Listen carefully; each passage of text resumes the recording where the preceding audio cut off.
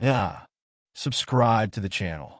There are days when everything goes wrong from the very morning. You should just wake up and it's clear that the day is lost.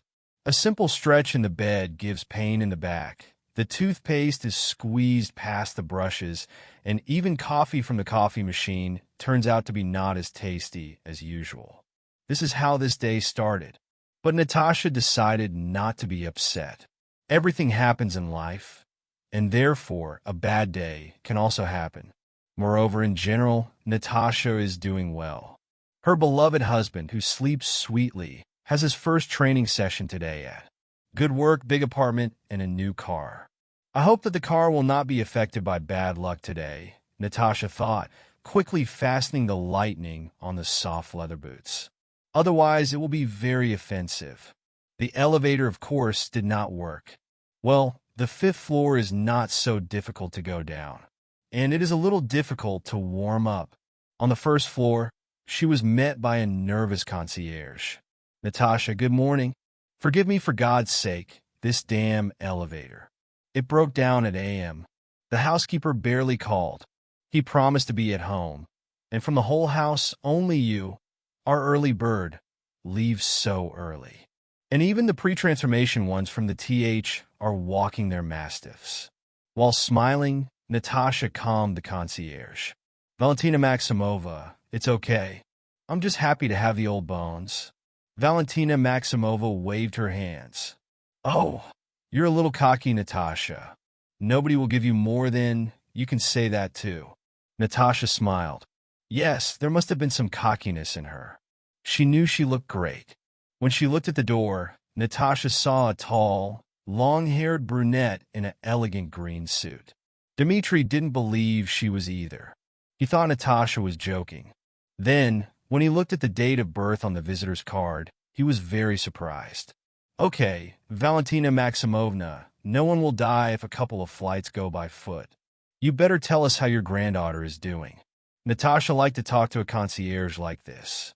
Little, sitting, always in perfectly smoothed out, formal blouses with a bunch and glasses on a chain, Valentina Maximovna reminded Natasha of her grandmother, who worked in the theater all her life. She was always dressed in glasses, polite but strict. She walked along the rows, offering programs, sometimes with a smile, looking at little Natasha, who was sitting on the balcony of the second floor. Granddaughter of Valentina Maximovna, Nastia, entered the same institute, which Natasha had graduated from, and before she entered, Nastia received a detailed lecture from Natasha about what faculty they were studying at, who better to ask for help, where to buy literature, and a bunch of other useful tips. All grandchildren like it. Do not worry, said Valentina Maximova. They chatted for another minutes. Then, as always, they said goodbye warmly, and Natasha went to the car. It was warm outside, so last evening she decided not to put her in an underground parking lot. She wanted to save time, but she failed. This morning, everything went well.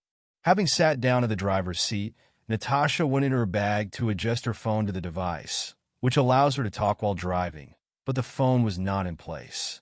In her head, a picture immediately flashed of her last time checking her documents before leaving the house to see if she had taken everything with her. And the phone with an open news tape was put on the shelf in the corridor. Damn it, it's a lot of work. I'll have to come back now, Natasha thought. I couldn't check if everything was in place before leaving. I had to go back almost in a hurry. I was still late. Valentina Maximovna, Natasha, screamed on the run, forgot her phone, and ran down the stairs, as if in a daze. On the fifth floor, she stopped and took a little break. She came to the door and took out the key. Is it really due to everything that happened this morning? She forgot to close the door? Okay, but I won't have to wake Dima up wearing the keys. Natasha carefully opened the door and entered. Now you need to take off your boots, go into the hallway, take your phone and come back, not forgetting to close the door. In order not to allow a new flat, she spoke all the actions in her mind and only then took a step forward. In the next second, at the same time, two events happened. A woman's laughter was heard in the depths of the apartment, and Natasha noticed a pair of women's sneakers in the corridor. Natasha, it's not good to eavesdrop. Grandma's voice was heard in the head. If you listen a lot, you won't hear anything good about yourself. And Natasha had experience in eavesdropping. And what else? She did it 3 times, and every such case became a turning point in her life. Natasha did not take off her boots. She took her phone from the shelf, behind which she returned, and carefully went into the apartment, trying not to give up her presence. Fortunately, the expensive floors, as if starting a conversation with her, coped with this task quite successfully. Natasha's first experience of eavesdropping was when she was in 5th grade. At the elementary school, there were no problems with the studies. Antonina Mikhailovna was a strict but fair teacher. She was not afraid of Natasha, despite the fact that the girl grew up without parents, with only one grandmother. She was always clean and dressed neatly. Homework was done. Lessons were learned. The girl was attentive and collected. She loved literature the most. And she did not run in the street with her peers on the shifts. And she was sitting behind the desk and reading a book, most often not by age. But where is it seen that the 3rd grader, Evgenia Wongina, was reading? Antonina Mikhailovna complained to her colleague, "I'm chasing her like, Natasha, baby, run with the girls, play." She doesn't want to. She says that reading books is more interesting straight like a bull. Is this about Lebedev or what? A colleague replied, whose parents died in an accident 5 years ago, where Kamaz Ziguli moved and was still in the newspapers. It seems that the girl was brought up by the grandmother, Zoya Lebedeva. Her husband, the Heavenly Kingdom, was a friend of my Vazhya. He was a good man, kind and responsive. He would always come to help if you asked him. About her, she is very strange, not like all children. But then it is clear that the child is a bad person. A person grows up in a cultural environment. Her grandmother works in the theater. She takes the girl to all the performances, and in her free time she teaches classical literature. Maybe she'll grow up from it, which is good. Let her read. Is it a pity or what? I don't feel sorry for her, said Antonina Mikhailovna. But what about socialization? The girl of her age should communicate with her peers and not read about the arrogant, the majestic, always happy with himself, with his lunch and his wife. The colleague laughed. So, Tanya, you've remembered Pushkin's lines the most. Don't worry. While he wants to read, let him read. In a few years, he'll be old enough to forget about books. Only boys will be on his mind. Then he'll socialize. Experience can be useful. I have one in my class, too. Pavlik Karanov. Do you know what he reads? Dead Souls. By the way, he was hungry for strawberries. Antonina Mikhailovna sighed, but decided that her colleague was right. Despite her worries, Natasha was not lonely. No, the girl did not pay attention to Pavlik, who sometimes sat on a bench next to her on a shift and also stuck in a book. In addition to grandmother, theater, and books, Kadia's friend played an important role in her life. Kadia lived in a neighboring house. They went to one kindergarten, walked around the yard. However, they had different schools. Natasha went to a regular public school, and Kadia went to a private school nearby. Little Natasha didn't understand why she had to break up with her girlfriend. Grandma explained to her, Natasha, my dear, you understand that you have to pay for that school. With my pension and salary in the theater, it won't be enough. And seeing how upset the granddaughter was, she added, let's make a deal. If you are a first-year student, all the elementary school, study for 1-5. Then after the 4th grade, we will transfer you to Kadia. Will you study together? Grandma hoped that in 4 years Natasha would have new girlfriends, where she would get used to the fact that they see each other after classes with Kadia. However, it was not here. Then Natasha, for the first time, she was the best in the class. Homework was perfect, but the lessons were always listened to by Antonina Mikhailovna, an exemplary student. They were still friends with Kadia. She was delighted to tell about her school, how they went to the swimming pool during the physical education lessons. She was also very happy to see her friends. She was very happy to see her friends. How they went on a trip to a chocolate factory, where they were given at the end to try fresh hot chocolate, and that in the following month they would go to the movies. Natasha listened and was happy for her friend, and with all her heart she dreamed of studying at this school together with her. But the girl knew that the word grandmother was a law. She said that from the 5th grade, so don't count on it before. When Natasha finished the 4th grade, Antonina Mikhailovna was so grateful to her grandmother for her great upbringing and for her grandchildren's success that it became clear that she would have to take money for a private school from somewhere. She had to find a second job as a watchman. Fortunately, she had a theater, so she didn't have to go far. Also, her grandmother sold some of her father's awards. A veteran of the Great Patriotic War, said Zoya Petrovna, stroking her father's portrait. But you know, your great-granddaughter is growing up. We need to take care of her. I'll do it as promised. The right amount was made, and after a modest graduation party for the 4-year-olds, the grandmother solemnly announced to Natasha that she would go to school in a new school in September. "Grandma, you're so cute.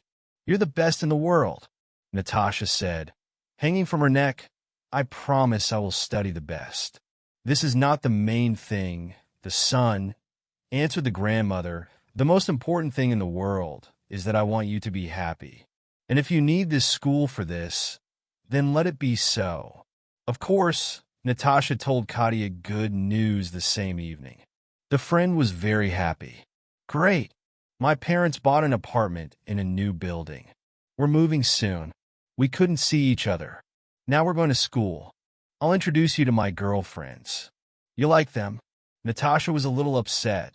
She didn't have any girlfriends, only Katia.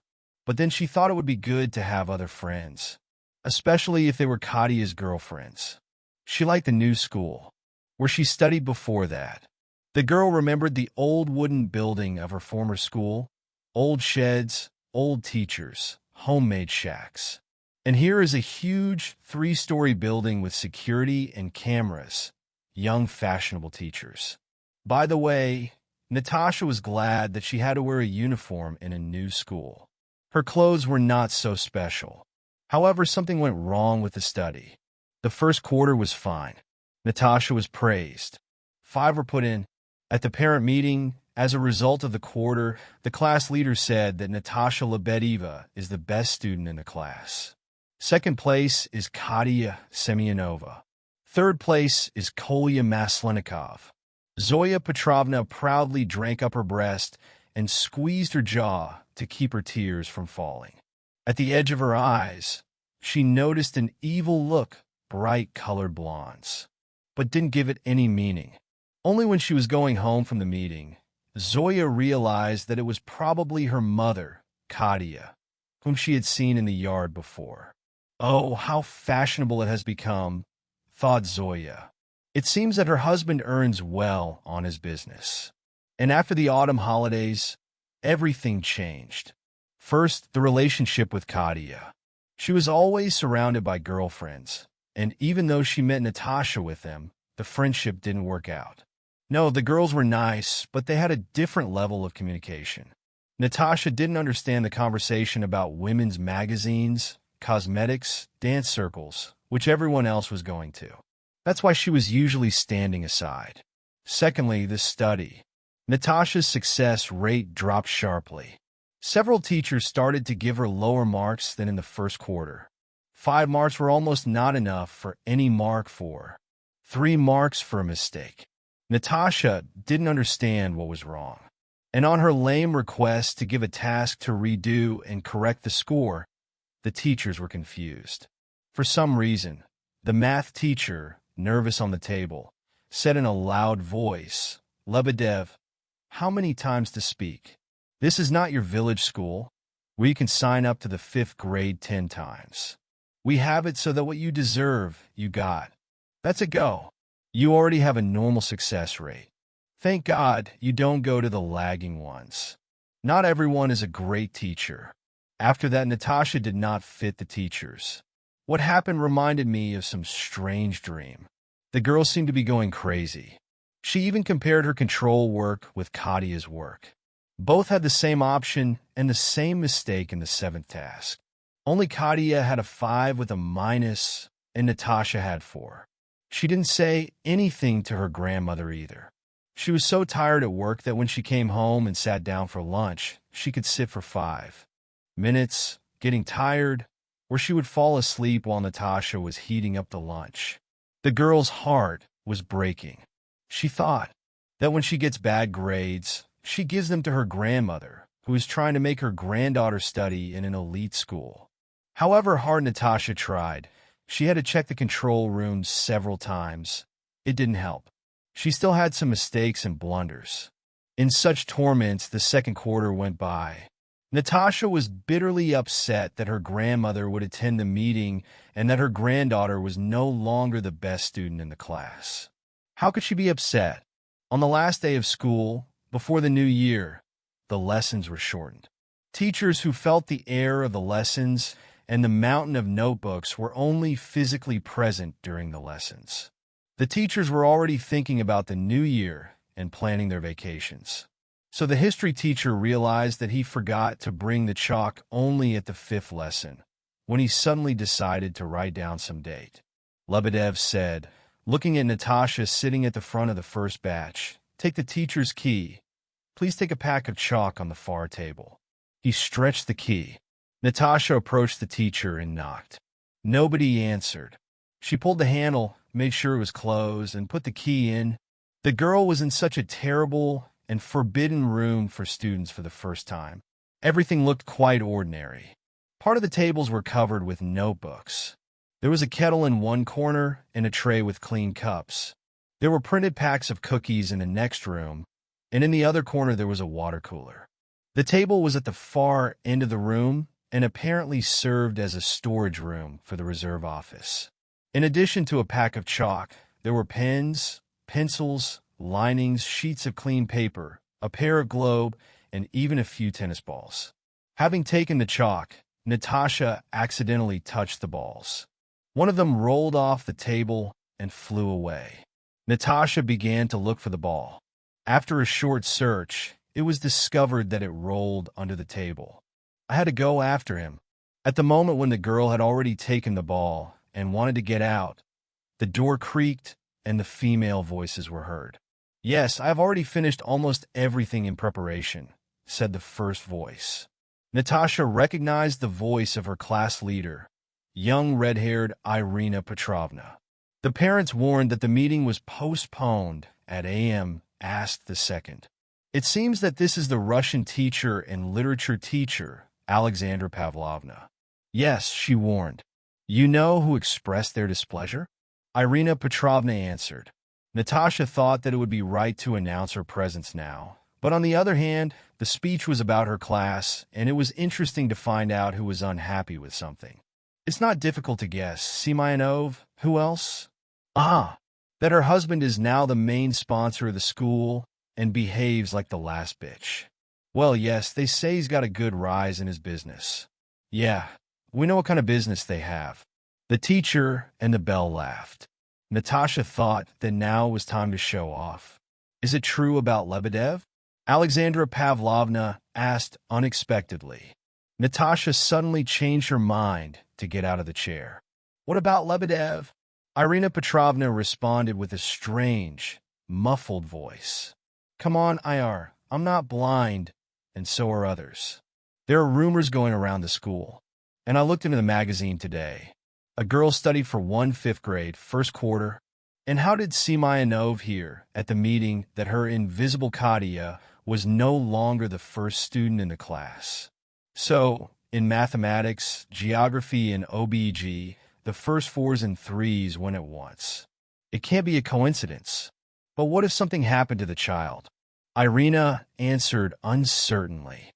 "Maybe there are some difficulties at home, or she fell in love with someone, so she doesn't want to study." Natasha heard someone from the teacher's office. It seems that Alexandra Pavlovna walked around the office and, judging by the characteristic squeak, sat just behind the table under which Natasha was hiding. Come on, you can't pour me, but you can say it directly. Well, math with geography, I can believe that. Although in my lessons, she is undoubtedly the best at studying. At that moment, Natasha felt like a lump formed in her throat.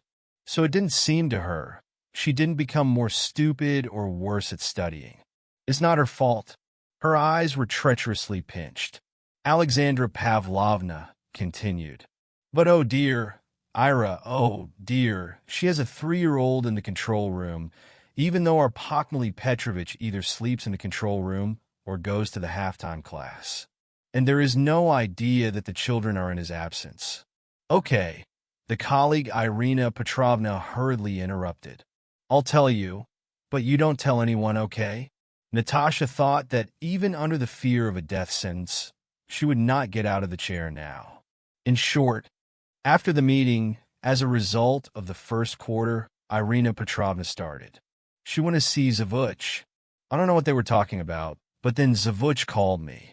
So, Irina Petrovna, Katia Semyonova is a smart girl, the best student in school. She was 4 years old. Her parents, after the 7th grade, are going to assign some prestigious face to her. And it is necessary that she remains the best student. Well, then you understand, only Lebedeva is the only competitor to Semyonov. I had to talk to several teachers. Poor girl, said Alexandra Pavlovna. She's not poor, said Irina. I didn't ask her to beat her with 2s. But she should be a little worse than Katia. And the wolves are full and the sheep are whole.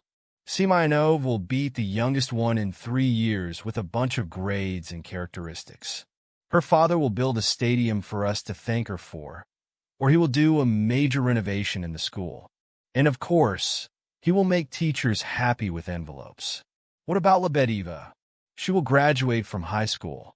Her grandmother will be happy. She will go to the pedagogy school at most, and in 5 years, she will be working with us in the same school. It is unlikely that she noticed that she has something wrong with the grades. She is a teacher. He is always right. Okay, let's go. We are already late. Natasha heard how the women took their things and left. She didn't remember how she got out of the chair and returned to the lesson. The historian didn't even notice that she hadn't been there for a long time. He thanked her, but didn't write anything on the board. While she was waiting for her grandmother, Natasha thought for a long time. And when Zoya Petrovna returned, she hugged her and said, "Grandma, you don't have to go to work anymore. I want to move to my old school." The second time Natasha listened in the dormitory, she graduated from her old school with a gold medal. Zoya Petrovna and Antonina Mikhailovna cried at the graduation, hugging each other in a rush of emotions. Despite the predictions of Irina Petrovna, Natasha did not go to pedagogical school. She entered a law school in one of the most prestigious universities in Moscow. Zoya Petrovna was both happy and excited at the same time.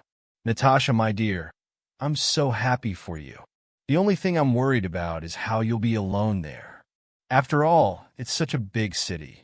"Grandma," replied Natasha with a smile, "I'm worried about you. How will you be alone without me?" After these words, Zoya Petrovna somehow blushed and shyly looked away. "Grandma," asked Natasha. Zoya Petrovna took a deep breath and looked at Natasha. "Do you remember Ivan Abramovich?" Natasha thought for a minute. "Is Souffler in the theater?" "Yes, him. I remember. So, don't pull a BA. Well, he made me an offer." "What?" Natasha didn't believe it, Granny. "So you're my fiancée now. What a bride." "He offered to live together." And for a long time, Natasha asked, "Well, the first time 5 years ago. So, why haven't you left yet?" The girl was confused. "And how do you imagine this?" Zoya Petrovna indignantly waved her hands. "I told him, if he loves, let him wait for you to come." Natasha laughed. "But you give the baby." "Not in the sense that I'm against it." She hurried to add, seeing how upset her face was stretched out. "Zoya Petrovna. And in that so many years have passed, poor Ivan Abramovich so much waited." The meeting took place the next day. The meeting was in the morning. But how's the acquaintance? Ivan Abramovich was known to Natasha since childhood. Sometimes, if there were no free seats in the hall, he took Natasha to his Sufel house. From there, it was even more interesting to watch the performance than from the hall. He, like his grandmother, had lived alone for a long time. At the same time, he was cheerful and cheerful. His son lived in Israel. His daughter is in Moscow. He had been feeding warm feelings to Zoya Petrovna for a long time. But, to be honest, he decided only a few years ago. In Moscow, Natasha left with a calm heart. A completely different life began there. It became clear immediately as soon as she left the train. Natasha found that in her entire hometown, there were not as many people as there were in one only station. She quickly took herself into her own hands and figured out how to get to the university dormitory. The first time they went with her grandmother to submit documents, everything was different. Natasha was not concerned about where she was. When Zoya Petrovna showed her to a monument, fountain, or a historical building and started telling about it, Natasha pretended to listen. All her thoughts were taken in by a huge mountain fell off her shoulders, and now it was possible to eat, drink, and sleep normally. Natasha thought that the worst was already behind. Her own commandant's dormitory was located there. A tall, slightly chubby woman. Natasha looked at the pearl gray and tender pink shadows that surrounded the commandant's eyelids when she suddenly looked up. "Well, Lebedeva?" she asked. "You're my white swan. Where are we going to settle? To the smart one? In room? Or to the cheerful one? In room?" Natasha opened her mouth to answer that she was going to the smart one. But apparently the gust of warm August wind that broke into the office made her head spin. "To the cheerful one?" Quickly, so as not to change her mind, Natasha answered. "As you say, Mississippi." The commandant answered with a cheerful answer, taking room to Natasha's pass. She raised her head and suddenly, deep in the corridor, she shouted with a verbal voice, "A man is in the office alive." A few seconds later, a tall, tanned blonde flew in, with one look at which Natasha's heartbeat was purified. "Raisa Ignatievna, were you called?" Smiling, the guy asked, "The best first-class man in the dormitory, number 2, has arrived at your order." He waved his hand at his head, which apparently meant to honor him. "The most charming commissar of Moscow is ready to serve." "Sokolov," she shouted, but not harshly, but rather with a smile. "Raisa Ignatievna, you're old man and a fool for a fool. So marry me, Raisa Ignatievna." Sokolov sat on the floor next to Natasha, who sat at the table, to lean on the table with his elbows. At the same time, his left knee slipped on her leg, and she suddenly shivered. The boy put his chin on his palm, and begging, looked at the commandant. "Teach the young boy how to behave. I will walk under your wing like silk. Look and become a man." "Sokolov, I'm sick of your jokes," said the commandant. "Here, take the new arrival's things," she nodded at Natasha, "and take the SD1 and don't look with your eyes. I know this look of yours, Don Jonsky. Not for you her mother grew such a berry." Natasha blushed at such comments, but the guy looks like he couldn't be bothered. "I don't know what you're talking about. He's got a picture in his eyes. Probably some kind of misunderstanding. I know your misunderstandings." The girl was already getting the documents of the next student. Then these misunderstandings are going on. They cry on the floor, and the sessions are over. "I swear, I'm sure." The guy had started, but the commandant was interrupted by him. "Sokolov, that's it. I said, you heard. Things in, run, take it and go back. And grab your friends from the room on the way back. You need to carry mattresses." Sokolov smiled and waved at Natasha, grabbing her bags as if they were nothing, and walked down the hall. Natasha snorted the commandant's name and followed the boy. When they passed by the crowd of first graders queuing for the meeting, the boy turned around and said, "My name is ours. And yours?" "Natasha, I'm sorry, what did you say?" Dash ours, but Arsini is my full name. Dash, I see. Natasha thought that there were no boys with such an interesting name and so beautiful in her school. While he was walking ahead, you could admire him with tanned, muscular hands and straight legs.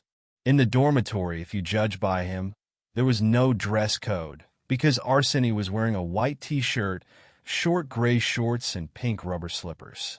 Natasha looked at his feet and thought, are they really releasing pink slippers? This size room was at the very end of the corridor. Since both hands of Arsini were occupied with things, he did not bother to knock himself. He just screamed, I'm coming in, and opened the door with his foot. The room was 3-bedroom, and judging by the 2 bed sheets, Natasha settled in last. Empty, Arsini concluded, putting the bags near the free bed. Well, Natasha, do you need any other help? No. For your convenience, Natasha shook her head. Thank you very much. Well, if you need anything, come in. I live in, and I won't be there. Vova and Kalyan live with me. Tell them you know me. They will help. Bye, my friend. Finally, Arsini smiled charmingly and, mingling with Natasha, left the room. Probably at that moment she realized how tired she was for that day. In the morning, the grandmother was taking her to the station, and now she was already standing in an unfamiliar city, in an unfamiliar room, where she had to live with 2 unfamiliar girls. She just wanted to lie on the bed, climb under the blanket, and fall asleep. But for this, she had to cover this bed. Natasha sighed and began to unpack her things. She liked the room. Clean, painted-out walls, almost new beds and bedchambers, a wardrobe, a table, 3 chairs, a fridge, and a microwave. The last one is a luxury. When Natasha almost unpacked her things, the door opened. It opened, not opened. In the room with a scream, "Hello!" came a tall, dark-haired, curly girl, ran up to Natasha and hugged her. I'm Lilia. I'm studying law in my 2nd year. And you? I'm Natasha. I also studied law. 1st-year student? Cool. Lilia came up to the window, sat on the windowsill, opened the window, and put one leg out. And how are you doing here? I'm fine, Natasha said. And you? I can live, Lilia answered. I don't know, but for some reason I have a strange feeling that we will be friends. It would be great, replied Natasha. The feeling did not let Lily down. At first, Natasha was slightly surprised and scared by Lily's actions. If Natasha were asked what word she would describe the neighbor in the room, she would answer, unpredictability. Lily's behavior did not give any logic. In general, this did not affect Natasha or her study. The 3rd neighbor appeared very rarely in the room. Lily said, everything you need to know about her is called Alia. She lives with a guy in his flat.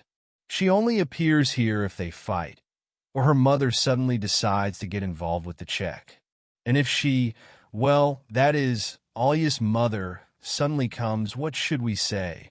Asked Natasha. She said her father will warn her. He is a man of more modern views.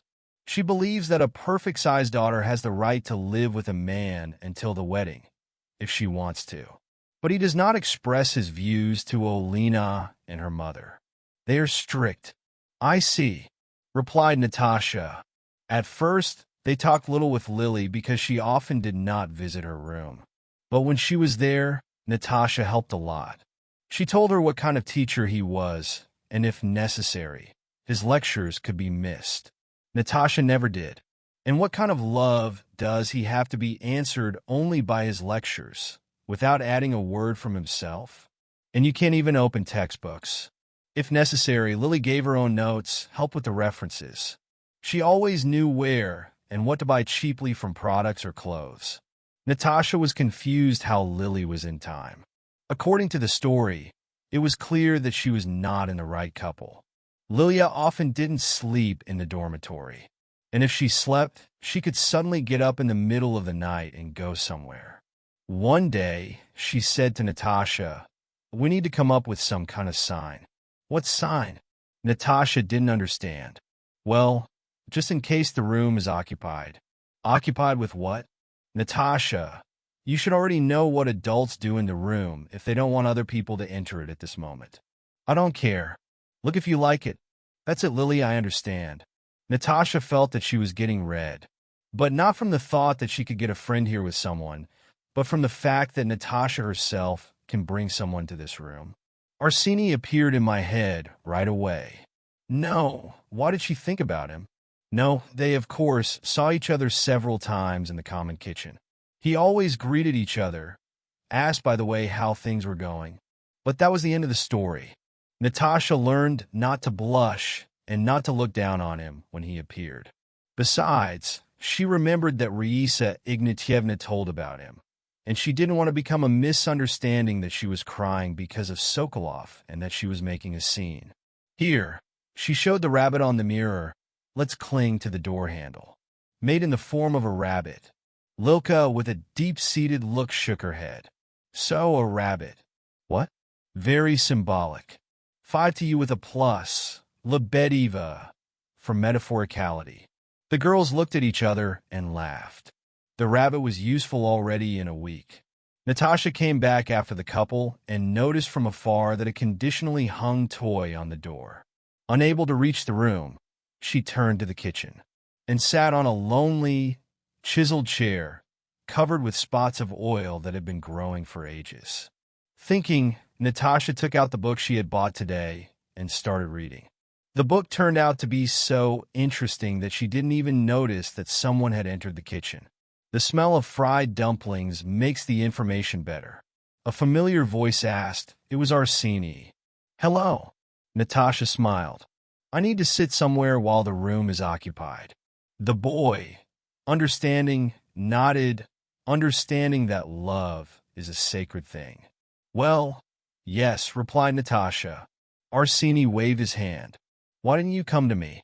Is it more interesting to sit in the kitchen? I didn't think about it, answered Natasha honestly. The boy put a pot of flowers on the stove and said, Come on, you'll be a guest.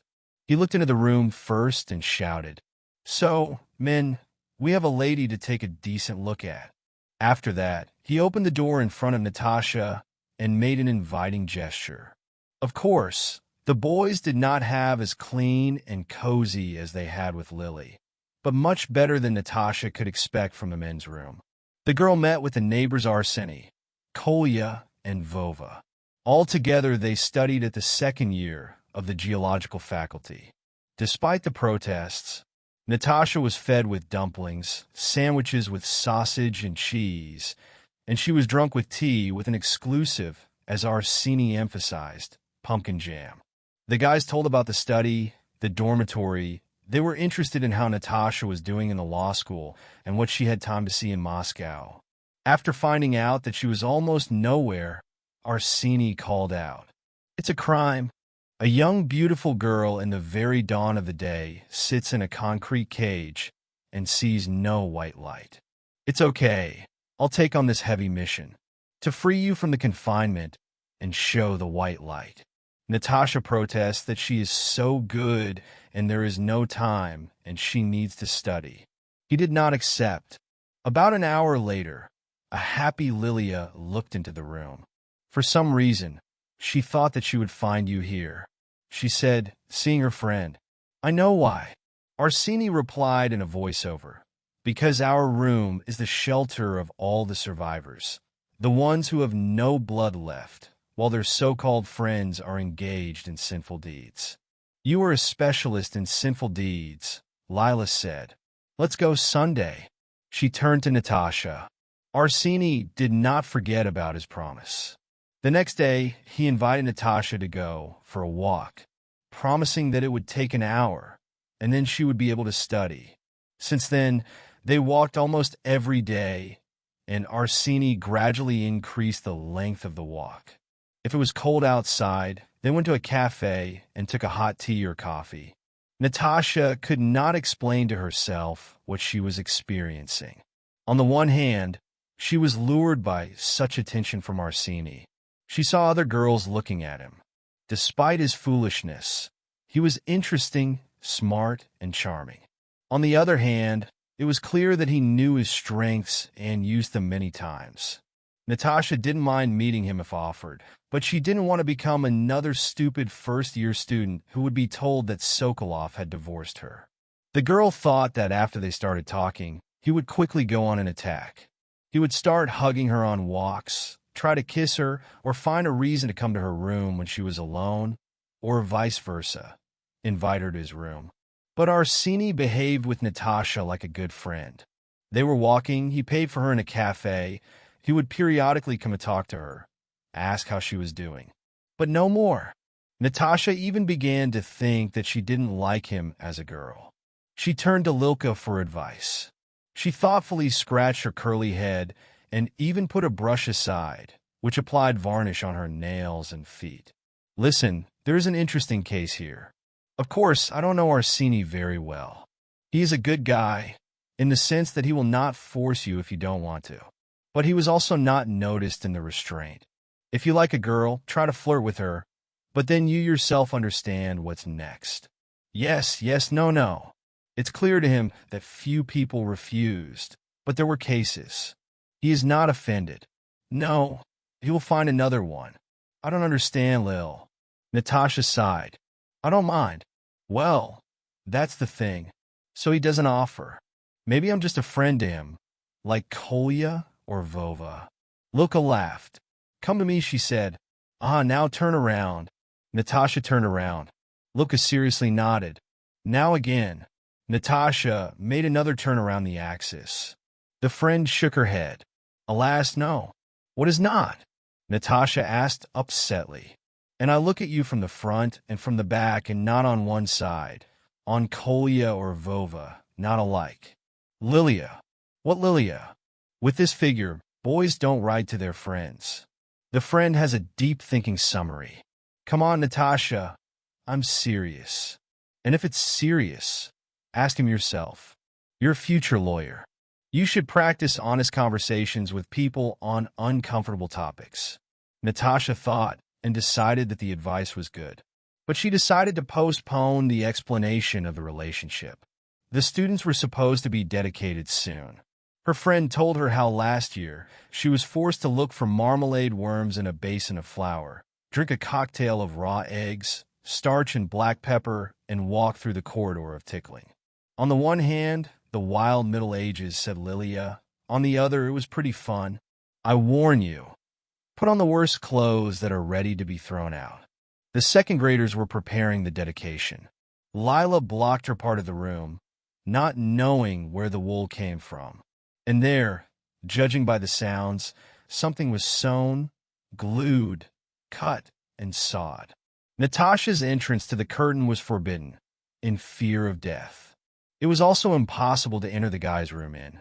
And Natasha was reading the textbook while listening to Lila swearing behind the curtain. Finally, she looked out of the curtain and said, So, my friend, I have a responsibility for you. What responsibility? Having run away from the inspection, Natasha asked. Take the key to the shelf under the mirror, go to the storage on the first floor, and bring me a big red bag. There's only one of them. You can't confuse it. Natasha opened her mouth to say that everything was clear, but Lilia understood it in her own way. I immediately warn you not to open the bag. Otherwise, you won't be my friend. And don't touch it, or we'll bite you. While you're carrying it, let it be. Let me guess what's inside by the sound. I see, boss. Don't touch the bag, replied Natasha with a smile. It was dusty and cold in the warehouse. Natasha wandered between shelves filled with suitcases, mattresses, blankets, and couldn't find the red bag. Finally, the girl saw it on the lower shelf, stuffed into a huge old blanket. And why did Luka hide him like that? Natasha thought and sat down to pull him out. At this time, the door opened and the unhappy girl's voice was heard. But who damn didn't close the door again and left the light on? Raisa is so angry about this, and so they barely asked to use her warehouse. It is clear who. The second voice was connected, also female. Shevtsova had the second key. She didn't close it, Natasha felt anger for her friend and wanted to stand up and say who was actually the chicken, when she heard that she was being forced to sit even lower. By the way, what did Arsini say to you? She asked the second one. Will he come again? He didn't say anything, the first one answered. Did he go at all? I need him badly. The second one laughed. Of course, I believed you. If he didn't need me, I wouldn't run after him. They say he's meeting his neighbor Shvetsov now. With Vorobyova, or what? The first one was surprised. She had a boyfriend, I think. They say she moved to him. No, with another neighbor. What? The voice of the first one became louder. With the first one, or what? She's a gray mouse. There's nothing to look at.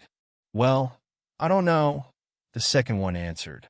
On the face and figure, it seems nothing. To paint up, to dress up. So, in general, the beauty will be. Nothing, said the first one. She told him once. Hardly. Vova said Arsini has been walking with her for a long time, and nothing happened. Probably they have everything seriously. Natasha heard how the first one was deliciously wriggled. Then a deaf sound of a blow was heard, and a female scream of pain. Lisa, Natasha heard the voice of the second. Why are you so crazy? Maybe they just walk like friends. Yeah, of course, said Lisa's voice. But I'll make this first. I stand at their cocktails, I mix something up for her. Her stomach will start to get upset. She won't have time to run to the toilet. It will be fun, and I won't give her life at all. What did she imagine about herself? A village fool. If you smear her with a good smell of a head, she'll immediately understand that she doesn't have to come to my boyfriend. The girls left, and Natasha remained sitting on the floor.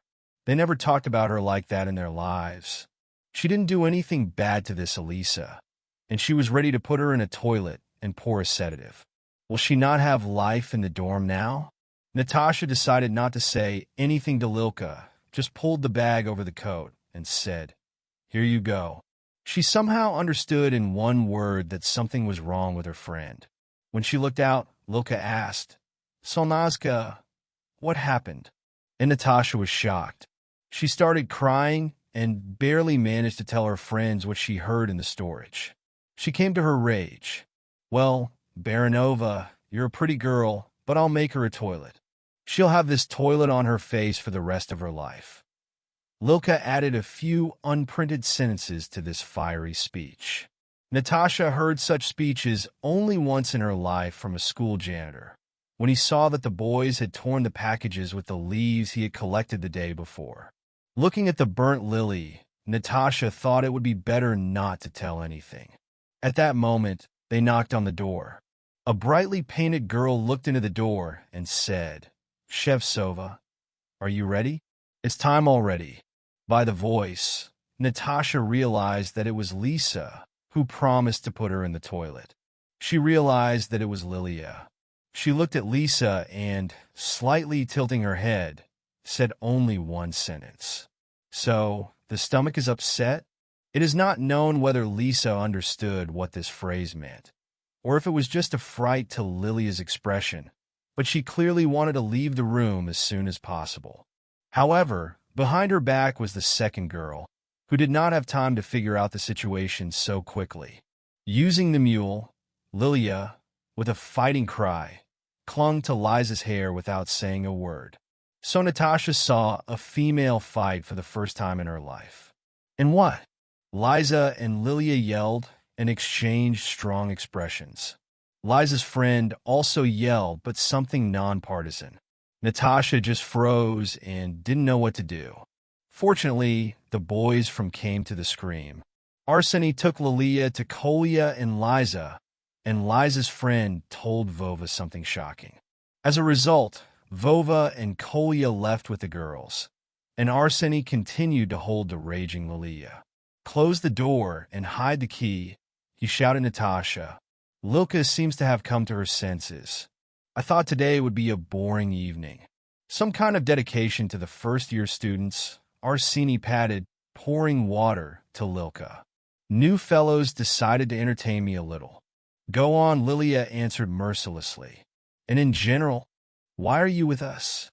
Go and calm down your psyched ex, who is going to suck my friend's vomit and poison her with pills. First of all, she is not an ex. We just, let's say, communicated closely and physically, said Arseny. Secondly, what? What pills to use to poison? Natasha thought that she was ready to fall through the ground, as if she were the main character in some Brazilian TV series. The one that is all white and fluffy, and everyone around her is building a stake. And a big and strong man constantly has to save her. Arseny, meanwhile, made several circles around the room. So, girls, stop, he said. We sit in a circle, and you calmly explain everything to me. Lila explained, not very calmly and not in order, but the picture of Arseny turned out. At the end of the story, he sat on a chair and grabbed his head with his hands. Yes, the girls did their thing, he said. You are all. And you and Lisa. And even you, Natasha. Okay, I'm also to blame for missing it all. Okay, let's put everything on the shelves. Let's make this love twilight clear. First, it is clear that we are not going to any consecration. Neither you nor I. God will cope with him without us.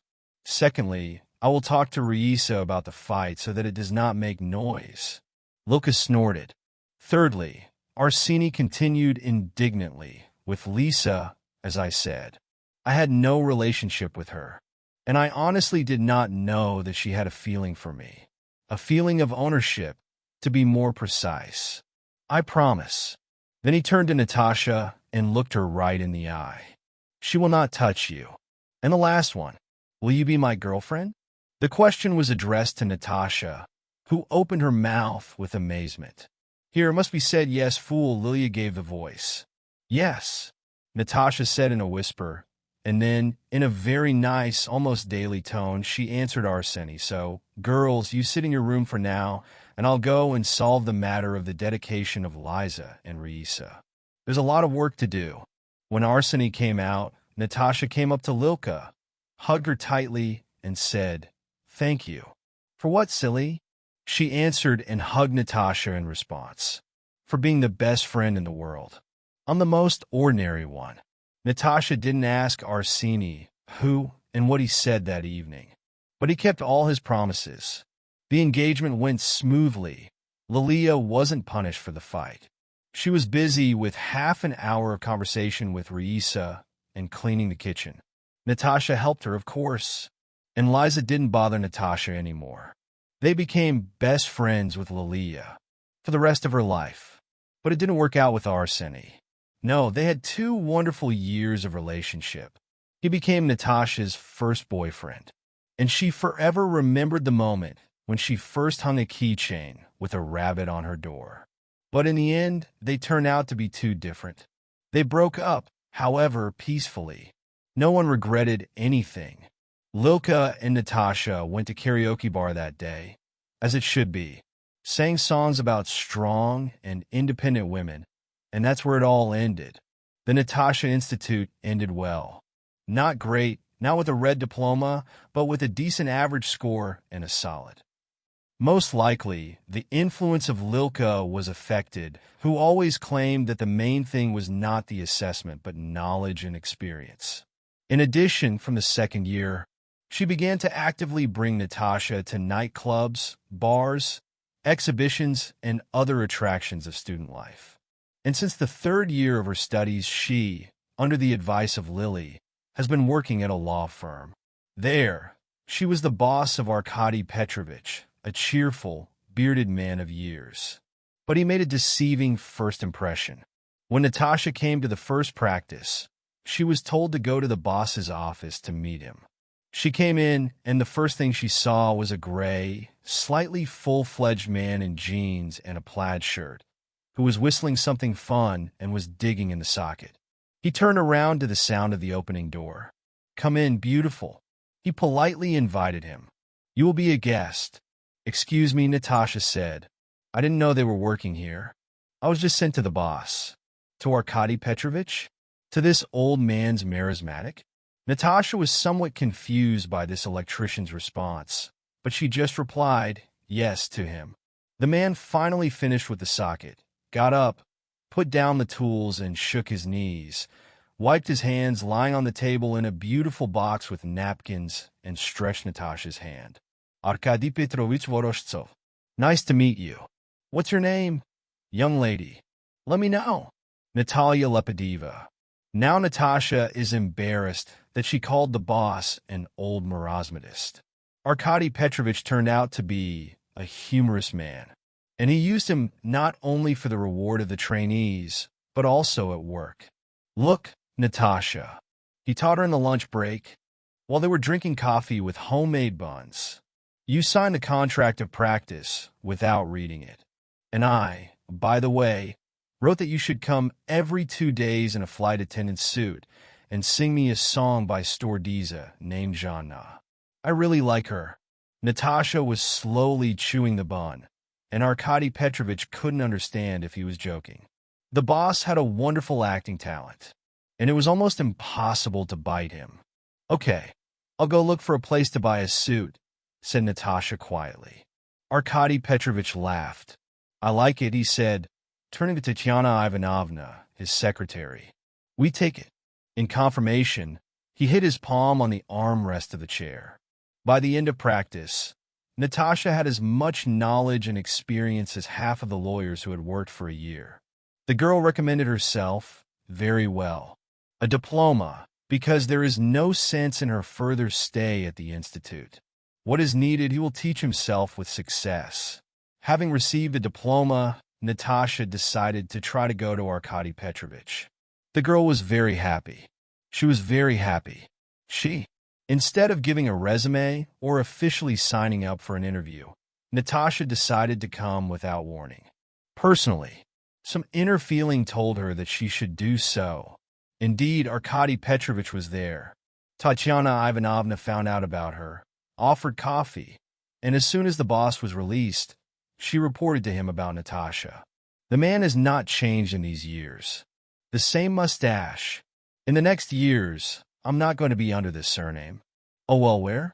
Arkady Petrovich smiled. I agree to dash, and there give birth to health. The salary for yesterday's graduate was promised quite bearable. How to live on small money. Natasha was also taught by Lilka in junior courses. Comfort, said the friend. Comfort is our all. If you need to decide how to manage your money, think what's in your priority list. What's your goal in life now? To graduate from university with a degree, to become a successful lawyer. Without a stop, Natasha answered. Luka nodded. The goal is quite worthy. And now let's focus on things less. What do you need to study well? Well, probably like everyone else, to eat normally, to sleep well, and have a place where I can prepare for classes. Here, our dormitory, my room, and my neighborhood. Do they suit you? Quite. Here. That is, you have no point in spending money on an apartment now. Lily noticed it in a deep thought. Understood. Or the second example. Lily settled her horse, the Red Hawks, and there was no way to stop her now. However, Natasha did not try. Their dialogue actually began with that. Natasha asked how Lily manages to look so good and never needs money. Clothing. What do I need from clothes? To look professional at work, to be comfortable at home, and to be a sexy cat on a date.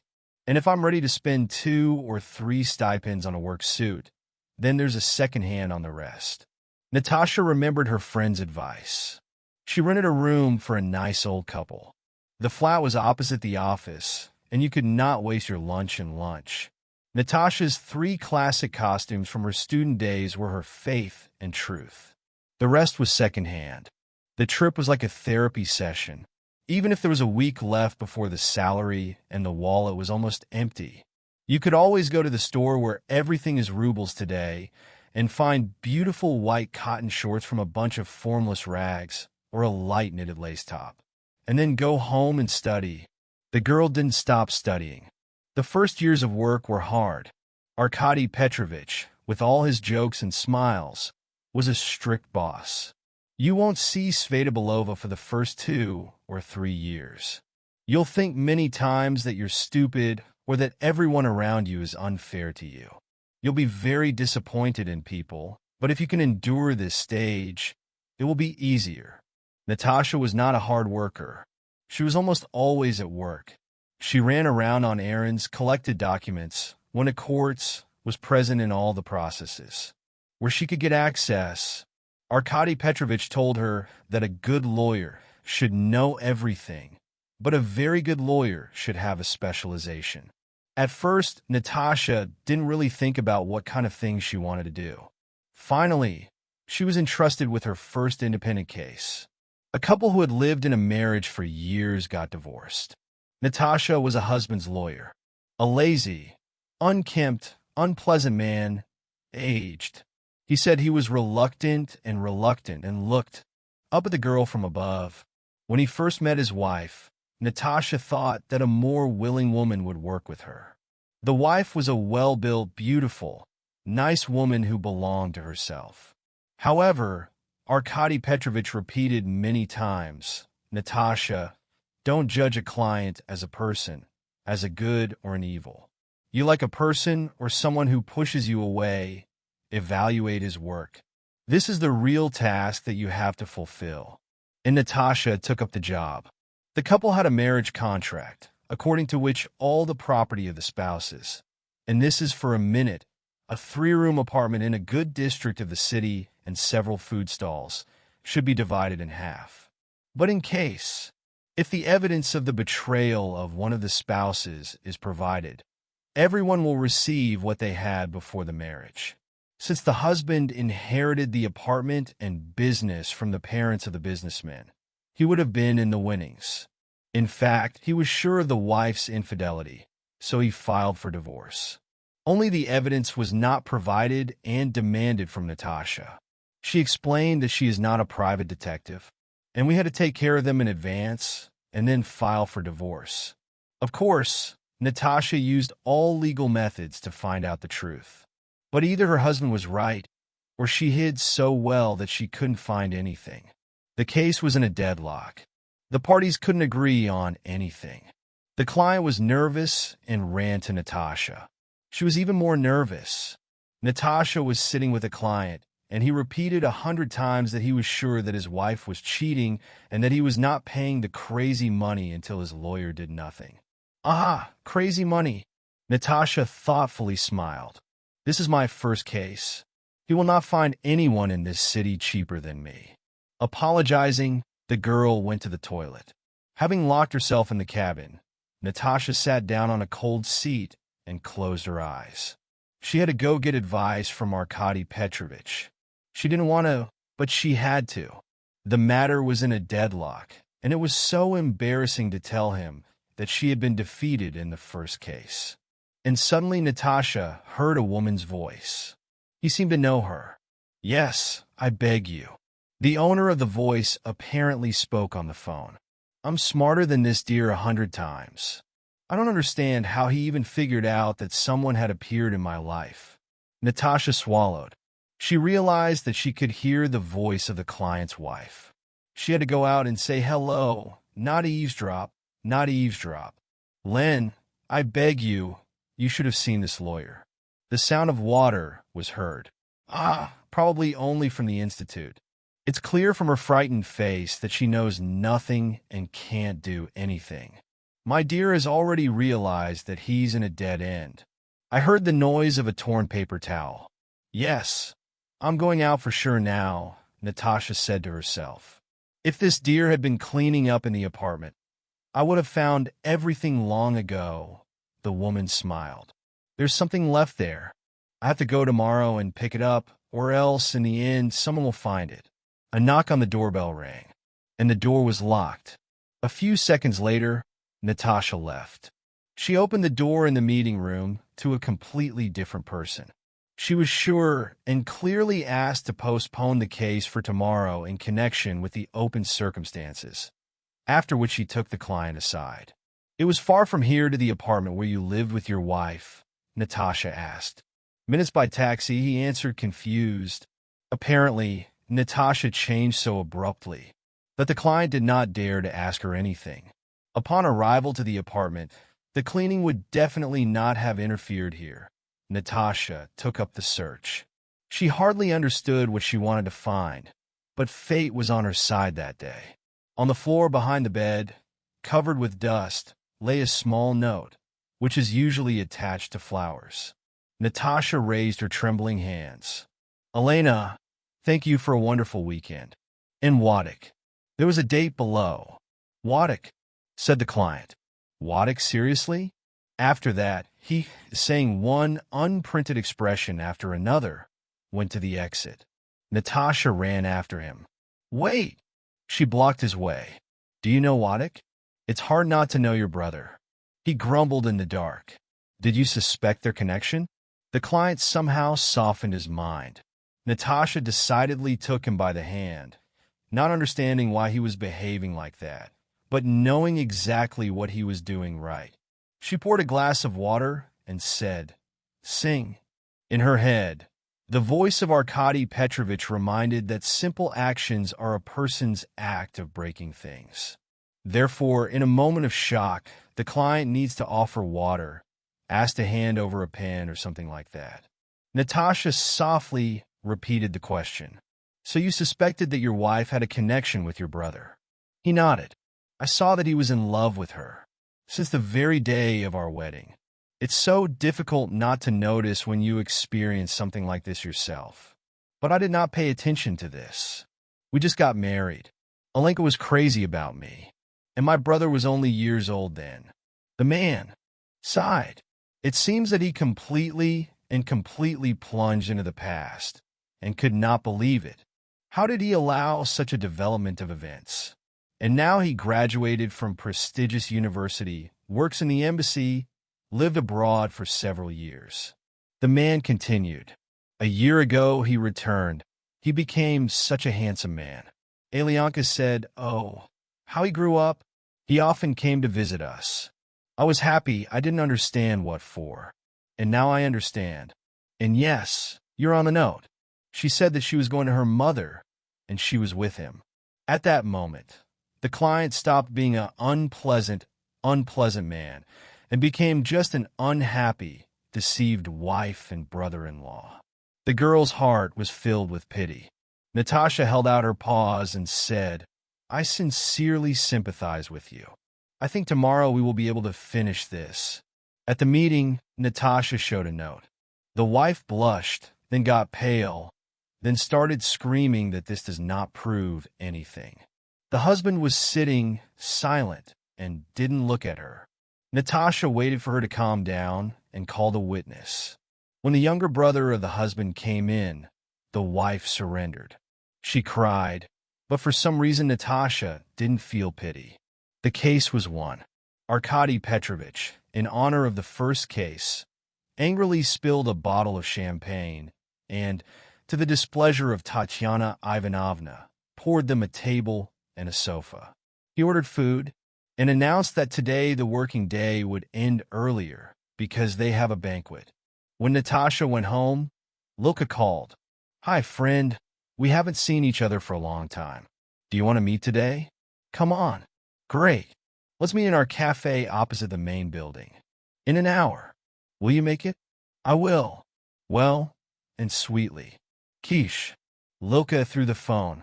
Natasha thought that the old friend was exactly what she needed after such a long and difficult month. Moreover, they had not seen each other for almost half a year.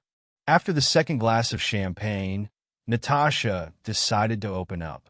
You see, Lilia, I have a feeling that everything important in my life is not happening at my will because I have eavesdropped something somewhere, and this has affected my fate. And in childhood I had this feeling, as if I'm some kind of a bad, disgusting person, and that's how good things work. And Grandma said that it's not good to eavesdrop. Lily carefully looked at her friend. So that's what bothers you, listen, son. Lily sat closer, took her friend by the hand, and looked into her eyes. You are the smartest, kind, interesting, and hardworking person I know. You deserve it.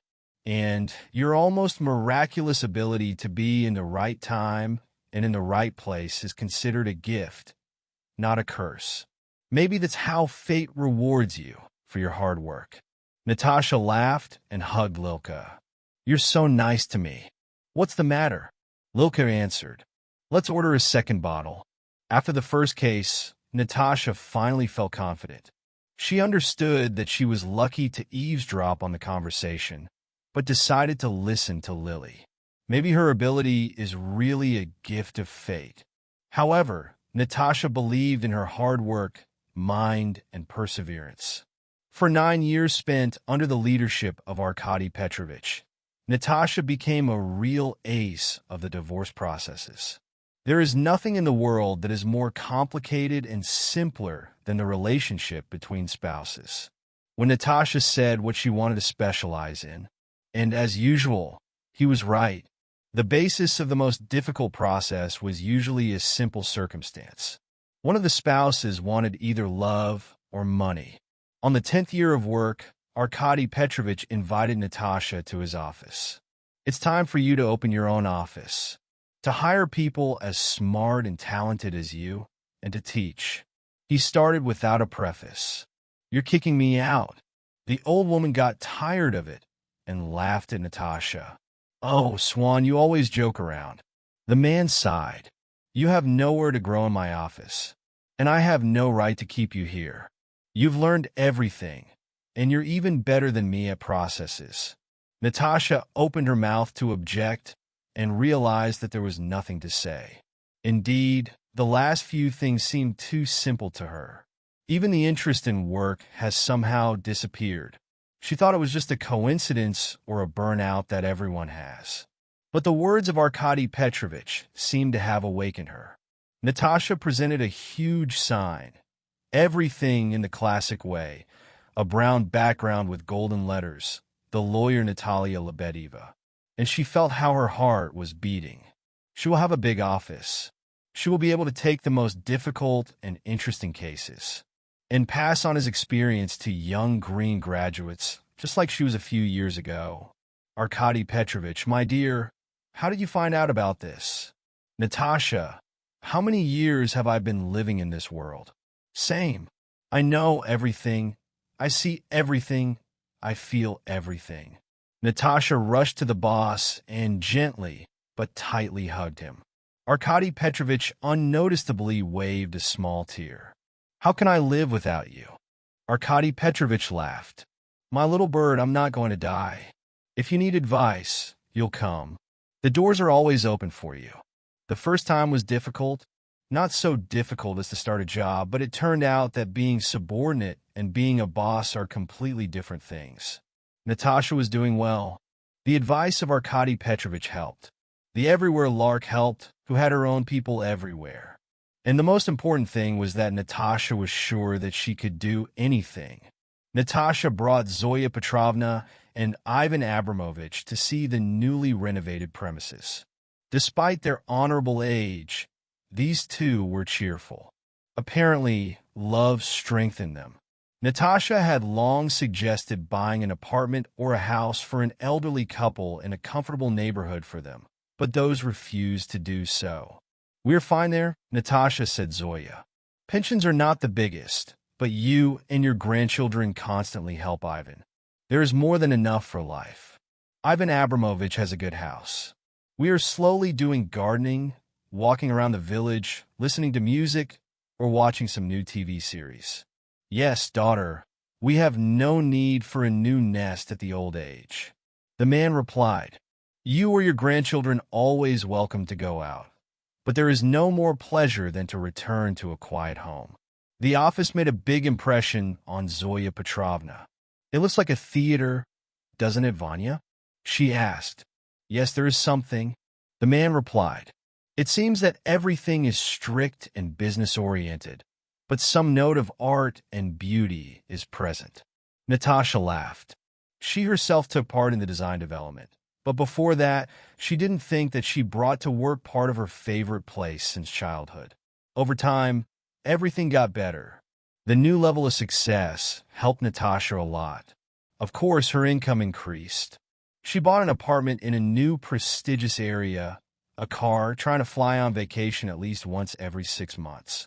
Most often with Lilka, who has not been able to get enough fun for years.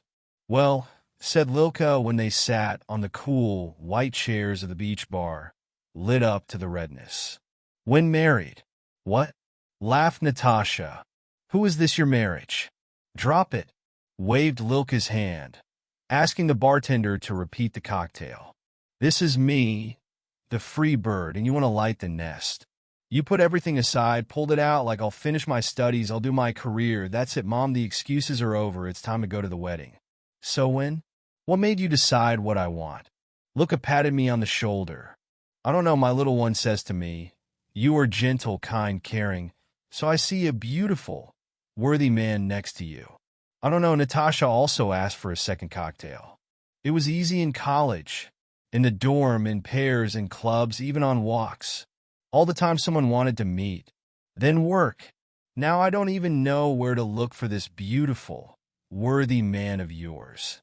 Luca nodded and made a serious face. She took out the straw from the glass, carefully licked it, and, pointing at Natasha like a magic wand, pronounced Sim, I'm sending you a rain of grooms. Natasha nodded and stretched her hand with her palm up. It's dry, she said. Something the grooms don't drip. Wait.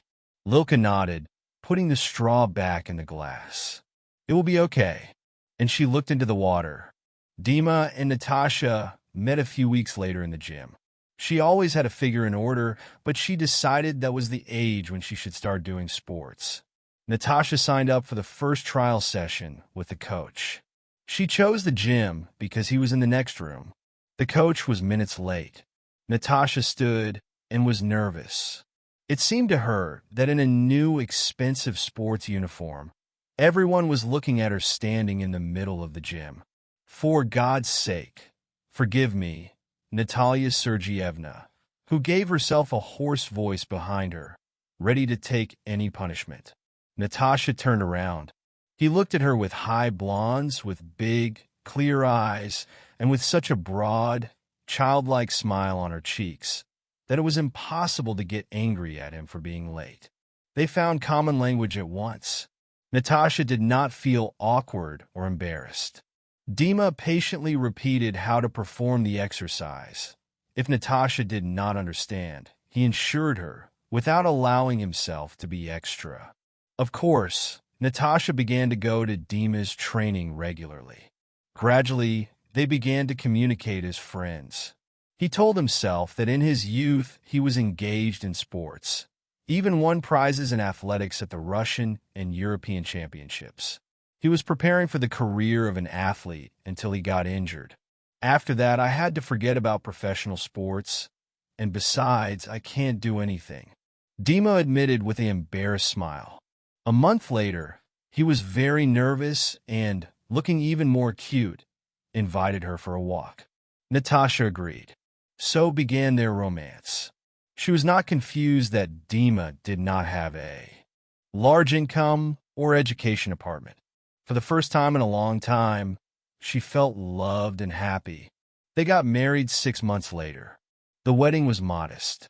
They invited Zoya Petrovna and Ivan Abramovich to Lilka, Arkady Petrovich with his wife, Natasha's and Dima's parents' company's employees, his elder brother with his wife, and several of his friends. They gathered in a cozy little cafe. After the wedding, the newlyweds left for Bali for 2 weeks. Dima moved to Natasha's apartment, of course. The work was not far away, especially since the schedule was not standardized. If the training was canceled, you can run home. Natasha was still working and enjoying her wife's status. Moreover, Maria Stepanovna and Alya were working for unpleasant domestic duties, doing all the housework, cooking, cleaning, buying groceries, etc. Natasha even rented them a one-room apartment in the same house. Natasha got only pleasant duties from her wife: to love and to be loved. At first, Dima was embarrassed. He said that he was ashamed to live on his wife's money, but he gradually got used to it. He began to take less training and to spend more money with Natasha's cards. She did not object. Dima looked good. He often invited her to luxurious restaurants or came up with something new. He knew about modern exhibitions and interesting concerts. Thanks to him, Natasha decided to jump with a parachute. Riding a quad bike was a strange and trendy show, where the actors were swearing, smoking on stage, and periodically watering the audience with cold water. However, recently Natasha began to notice that something was going wrong. Dima often went off somewhere, did not warn, and did not want to tell where he was. He began to spend much more money. Natasha thought that this was how he would pay off the deficits of his poor childhood, and did not dare to start a conversation. But now this conversation is in the apartment. Natasha could not imagine that the truth would open up to her like this, unexpectedly, because of the phone in the apartment. She carefully walked into the apartment and saw Dima sitting behind her. He was on the couch in the living room, and a young girl was on his knees. Natasha could only see her hair, reddish-brown, but it was enough to recognize Alya, her housemaid. "Well, Kitty," Alya sang with a sweet voice that Natasha had never heard before. "Alya, what nonsense are you talking about? We live so well with you," said Dima. "Beautiful?" Alya's voice went up to the sky. "What do you mean, beautiful? We meet, we spend time together, we sleep on this luxurious bed. I buy you clothes, I drive you to restaurants." Really great, Natasha thought. I would be happy to be at Alya's place. What's the problem? I want more. As if the thoughtful question of Natasha answered. How many cleaning ladies can be in the house of your beloved person and watch how this nasty old bitch is licking you? Natasha thought for a moment that it was time to make a comment. That even if she was old, she was not old-fashioned. But she was a little bit convinced that the most interesting is yet to come. And the lawyer's instinct advised the woman to get the phone. "We wanted to kill her," said Alya. Alya said Dmitri. "What? Alya? What? Alya? You said you love me and want to be with me. I remember. I just have to wait. How long can I wait?" The girl angrily yelled. "I don't want to be a." "Well, how do you imagine that?" Dmitri said. "First, you need to think it over." "What to think over? You're a husband. She's your wife. You didn't make the marriage contract. If she dies, you'll get everything for sure." Alya, Dima, it seems, started to get out of her. Natasha even had fun. "How do you imagine that? That I cut her with a knife?" Alya laughed for some reason. "Fool! I always knew you were a stupid coward." She smacked Dima's nose and hugged his neck. "I did it myself. What are you doing?" Dmitri looked at the girl with surprise. Alya nodded. "Yeah, she cut the brakes in her car. The ambulance or police will call you in half an hour and say, your wife died." "Alya, you're a fool." Dima's voice expressed fear and concern. "Here I will agree," Natasha said.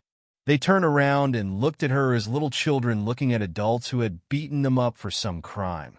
For example, painting walls or eating jam. Natasha looked at Dima. She thought she should feel pain, grief, that she should want to cry, or, on the contrary, to have a scandal. To throw in the vases, to get into the red hair of Olena. But instead, she wanted them to get rid of them as soon as possible. "I recorded an interesting dialogue where you plan my murder and sent it to several reliable people. If you don't want to go to prison, you have seconds to leave my apartment and my life forever." Dima looked at Natasha with her blue eyes, and she suddenly remembered that it was such a helpless and complainant face he had when he told how his favorite dog Linda was hit by a car. "Natasha," he started. "9," Natasha said in a warning tone. "Then I called the police." 8, 7, 6. Alya turned out to be more thoughtful. She grabbed Dima by the hand and literally dragged him to the exit. When the door behind them closed, Natasha closed the door to the inner lock and sat on the floor in the hallway. The phone rang. "Natasha!" The voice of Lilka rang in the phone. "What the hell did you send me now?" Natasha cried. She no longer had the desire to remain strong. She cried like in her childhood, when she hit her knee and fell off a bicycle. Natasha and Lilka were sitting under the cherry trees at the kind table that Ivan Abramovich made years ago. Natasha told her grandmother that they were getting divorced without going into too much detail. She listened, looked over to her husband, and took Natasha by the hand. They sat together for another half an hour, after which Ivan Abramovich got up. After these words, he brought the second bottle of cherry dressing from the barn. He put it on the table and winked at Lilka. Zoya Petrovna brought a plate of pies with cabbage, and the spouses left. When the door at home closed behind them, Lilka asked, "Are you sure you don't want to put them in jail? What if they try again?" Natasha shook her head. "I don't think so. I explained to Dima clearly, what if something happens to me? The recording will immediately go to the police."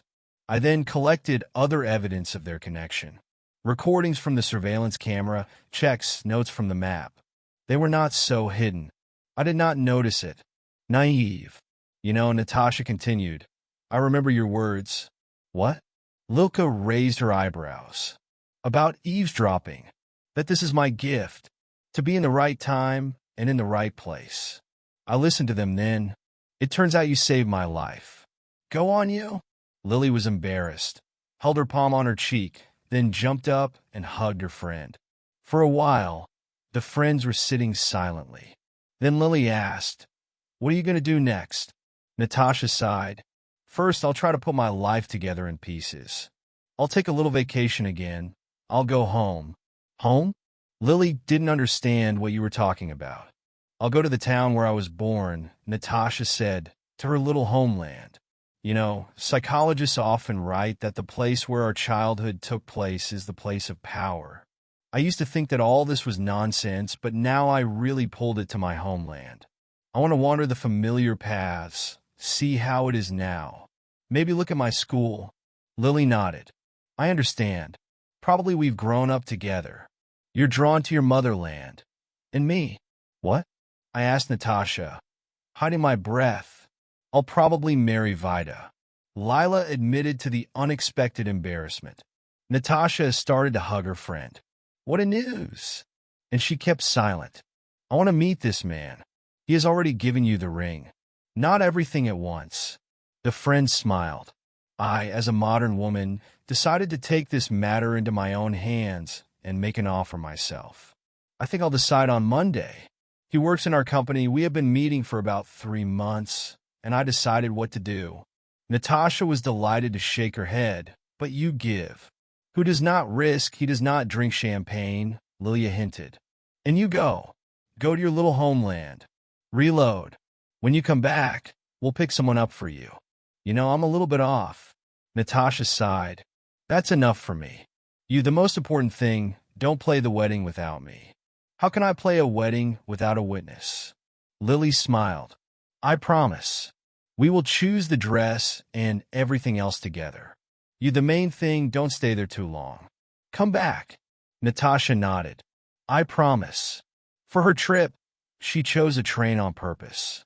On the plane, everything would have been done too quickly, like a jump into the water. And then she plunged into the past slowly, gradually. She stayed behind Moscow, and the outskirts of the village were. That she was going to meet new happy life. But now Natasha thought that she was looking for happiness not where she was supposed to. Her happiness was lost somewhere, and how to find it, what signs it was, it is not clear. Grandma sold the apartment long ago. She and Ivan Abramovich lived in the village without a reason, far from here. Natasha stayed in the hotel, and in the early morning went on a date with the town of childhood. Visited the park on the square. When she entered the yard where her childhood took place, her heart was pounding. A lot has changed here. New swing for children appeared. But the old mushroom in the sandbox remained the same. And the linden growing near the entrance only grew even more over the past years. By the time she got to school, she was approaching with some danger. Will she recognize someone there? What if none of the teachers who taught in the past are no longer alive? Her fears became even stronger when Natasha saw at the entrance not an old woman who was acting as Aunt Dushy, but a young, strong guard. "Who are you two?" he asked with suspicion, looking at the visitor's room. Natasha, with an unexpected, for the former lawyer, stubbornness, shook her shoulders. Actually, no one. I'm a graduate. I studied at this school many years ago. I wanted to see familiar places. This is not a museum. The guard was very arrogant. If everyone starts to walk around and watch, there will be no peace. Wait, does Antonina Mikhailovna still work here? Natasha asked. She suddenly realized that this is the most important thing. If her favorite teacher is not here, then there is nothing for Natasha to do at school, because it turns out that this place was deprived of soul. The guard did not have time to answer when nearby gave up a suspicious voice. Natasha? She turned around. Antonina Mikhailovna in amazement looked at her with a garbled and aged, with a white head, but still it was she, the cool leader of Natasha. They hugged.